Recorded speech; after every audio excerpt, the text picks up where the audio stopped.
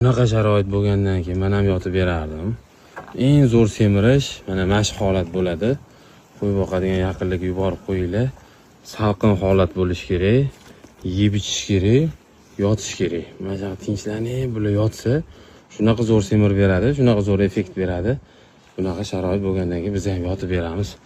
Ertalabki holat qanaqa edi, optu, hozirgi holat qanaqa bo'ldi? Mayli, baraka topsin, kim qilib bergan bo'lsa ham, kim ham qilardi, o'zimiz qildik. O'zimiz maqtamasa, bizani hech kim maqtamaydi. Qo'y boqadigan yaqinlarga yuborib qo'yinglar. Mana shunaqa yotish kerak qo'ylar. Mana shunaqa bemalol ma'ra urmasdan yotish kerak. Mana shunaqa uxlash kerak-da. Shunda zo'r bo'ladi. Mana yotibdi. Mana bu semiradi, xudo xolasa. Zo'r bo'ladi. Qo'y boqadigan yaqinlarga yuborib qo'yish esingizdan chiqmasin. Joni sog' bo'lsin bular.